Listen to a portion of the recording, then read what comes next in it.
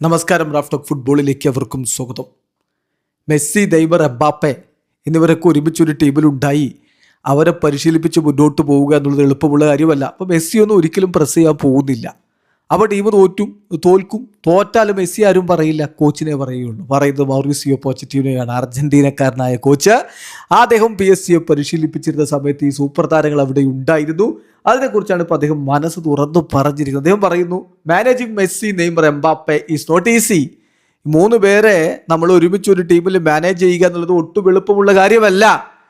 ഞങ്ങൾ അതിനെക്കുറിച്ച് സംസാരിക്കാറുണ്ടായിരുന്നു. അതിൽ പ്രധാനപ്പെട്ട കാര്യം എന്താണെന്നറിയോ, ഈ താരങ്ങൾ ചിലപ്പോൾ ക്ലബിനേക്കാൾ വലിയവരായിരിക്കും, ആ ക്ലബിന് വേണ്ടി കളിക്കുന്നുണ്ടാവും. പക്ഷേ അതിനേക്കാൾ വലിയ ഒരു നിലയിലായിരിക്കും അവരുണ്ടാവുക. നമുക്കൊരിക്കലും മെസ്സി പ്രസ് ചെയ്യുമെന്ന് പ്രതീക്ഷിക്കാൻ പറ്റില്ല. ഒരിക്കലും അദ്ദേഹം പ്രസ് ചെയ്യില്ല. ഈവൻ ഗാർഡിയോളയുടെ കീഴിൽ പ്രൈമിൽ അദ്ദേഹം കളിക്കുമ്പോൾ, ഗാർഡിയോളയുടെ കീഴിൽ കളിക്കുമ്പോൾ പോലും മെസ്സി പ്രസ് ചെയ്തിട്ടില്ല. പിന്നെയാണോ മെസ്സി എൻ്റെ കീഴിൽ കളിക്കുമ്പോൾ പ്രസ് ചെയ്യുന്നത്? സോ ടീം വിജയിച്ചില്ലെങ്കിൽ പ്രോബ്ലം കോച്ചിൻ്റെതാണെന്ന് പറയുകയും ചെയ്യും എന്നാണിപ്പോൾ സത്യം വിളിച്ചു പറഞ്ഞിരിക്കുന്നത് മൗറിസിയോ പോച്ചറ്റീനോ. ഏതായാലും പൊച്ചയ്ക്ക് ഇതിനെതിരെ വലിയ രൂപത്തിലുള്ള വിമർശനങ്ങളൊക്കെ വരാൻ സാധ്യതയുണ്ട്. സ്വാഭാവികമാണല്ലോ, ഓരോ താരങ്ങളുടെയും ആരാധകർ അത്തരത്തിലൊക്കെ ആയിരിക്കും കാര്യങ്ങൾ എടുക്കുക. പക്ഷേ അദ്ദേഹം പറഞ്ഞത് ഒരു യാഥാർത്ഥ്യമല്ല എന്നുള്ളൊരു ചോദ്യമാണ്. ഇങ്ങനെയുള്ള വലിയ താരങ്ങൾ ഒരുമിച്ചൊരു ടീമിൽ എടുക്കുമ്പോൾ അത് മാനേജ് ചെയ്ത് കൊണ്ടുപോകുക എന്നുള്ളത് എളുപ്പമല്ല.